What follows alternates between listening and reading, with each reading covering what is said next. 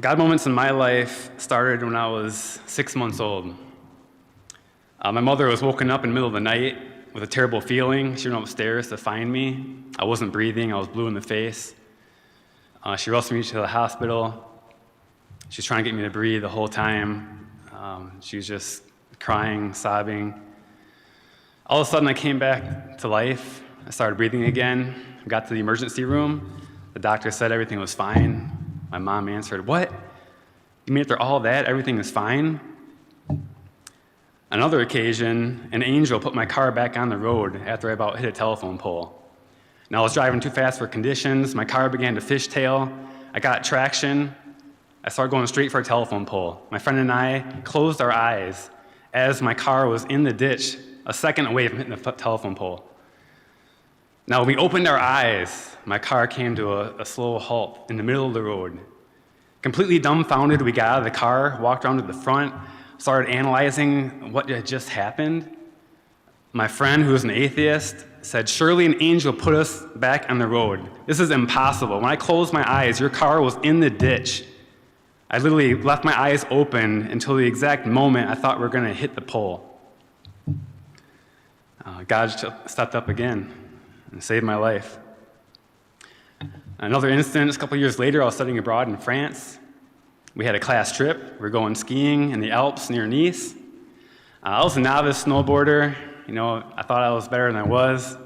I wiped out, my edge caught, my face just slammed the snow.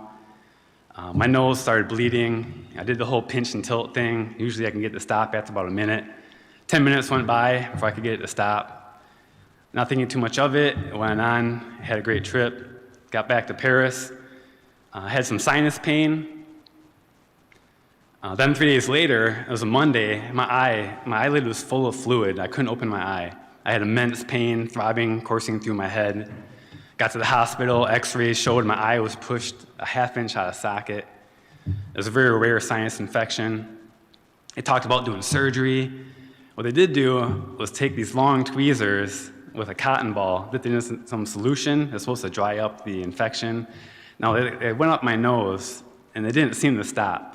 After about 4-6 inches, my good eye, got really big.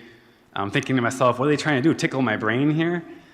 I didn't do too much. On Thursday, I had a bump on the side of my head. They called my mom, said, "You need to get an emergency passport. You need to come see your kid." Friday morning, though, after a week of being in the hospital, I woke up, I had energy, my eye could be opened up a little bit, the swelling went down. Every doctor in the hospital came into my room asking my doctors, "What did you do? How did you do this?" They said, "We did nothing." That you did something, look at him. I was proficient enough in French to understand what they were saying. I didn't put two and two together. I was just so excited to see my sister and my cousin were coming to visit me that Sunday. I told them I'd be walking out on Sunday. The doctors laughed at me earlier in the week, saying, "You'd be here till at least next Wednesday." I walked out of there 2 hours after they arrived on Sunday. After they left and went back home, the host family, the people I rented my apartment from, had me over for dinner. The husband said, "Do you know what happened? Do you realize what happened?" I was like, "What are you talking about?" He's like, "On Thursday, they gave up on you. The infection was spreading. That bump on the side of your head was infection going to hit your brain. And as soon as it hit your brain, it's going to kill you.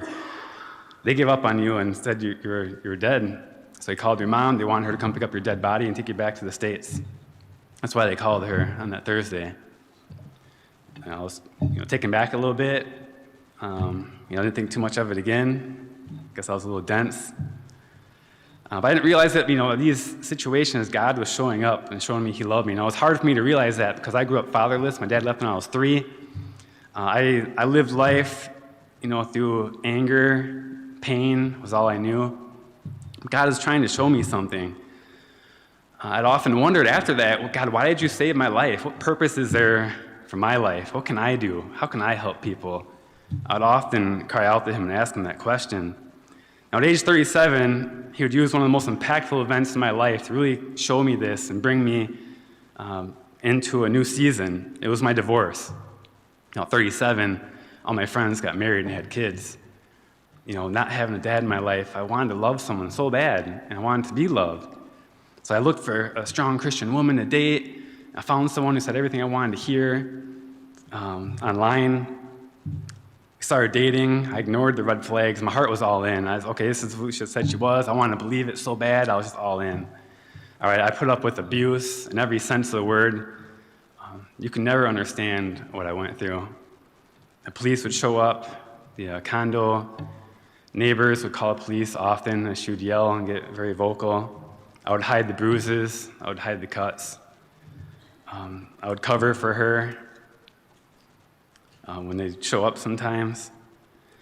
If she didn't get my phone, as soon as someone texted me in the car, make sure it wasn't some girl or somebody texting me, she would get very upset. She grabbed the steering wheel on 3 occasions, almost got us into 3 head-on collisions. I just didn't understand it. She didn't seem to have any care for life, hers or anyone else's. But the breaking point was when she told me she was going to hit herself again and tell the police I did it. I said, no one's going to stop me from serving my God.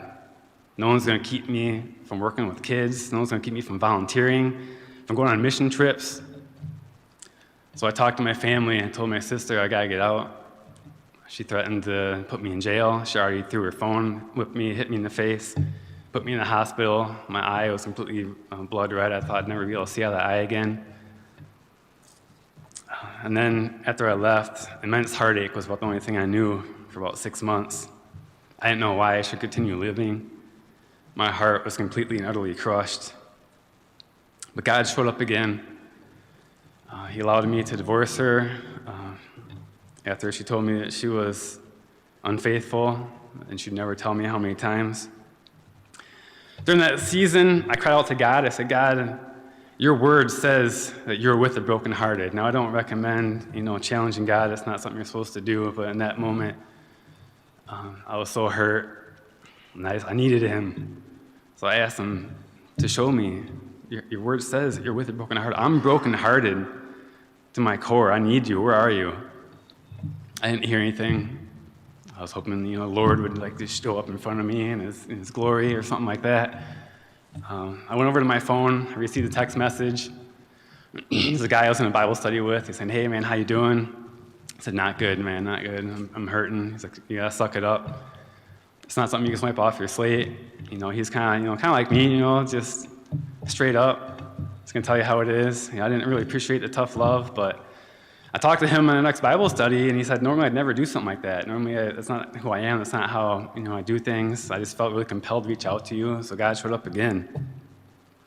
I never blamed God for that marriage and that tough divorce. But I thank him for using it to open my eyes. During that season, I wanted to learn what makes people do things that they do. Why do they stay with someone who treated me so bad? Normally, I'd leave. 6 times I tried to leave. I let her coax me into coming back to her. So I wanted to learn why. And so I began a relentless pursuit for knowledge and understanding. And then in 2018, I was praying with someone at church, and she got a vision of a pencil. Oh, crap, I thought in my heart. He wants me to write this book. I thought about it 10 years earlier. I just kind of pushed it off. Who am I to write a book, whatever. But in my heart, I knew I had to do this thing. I knew it was going to bring back a lot of heartache, a lot of pain, fatherlessness, all this stuff, the pain of the divorce. I began crying. So I went through with it. It took me 2.5 years. I knew that God was going to use it to help a lot of people. I called it The Hunt for Healing, based on my life story and all the things I went through. It's available on Amazon. And he also kind of put it on my heart to kind of change my career. All the things, all the learning I went through. He showed me I could help people and that purpose I longed for. And I asked him to show me what I'm supposed to do in life. I decided to become a life coach. So it's with great pleasure that I help people go through life and achieve greatness. And so today, as I start a new season, I live trusting in God and blessed assurance that he is with me. I pray that you be reminded of God moments in your life and know that he is with you too, and that he loves you so much.